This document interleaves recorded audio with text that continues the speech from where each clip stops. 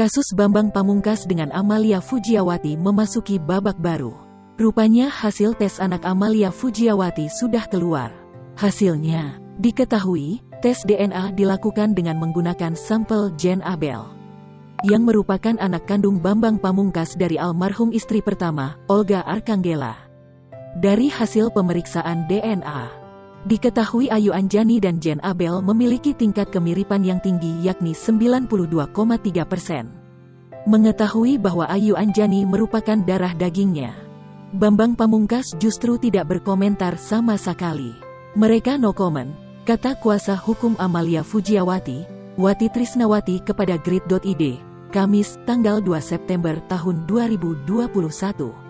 Sebelumnya, Amalia menggugat pemain sepak bola tersebut untuk memperjuangkan hak asal-usul dan nafkah anaknya.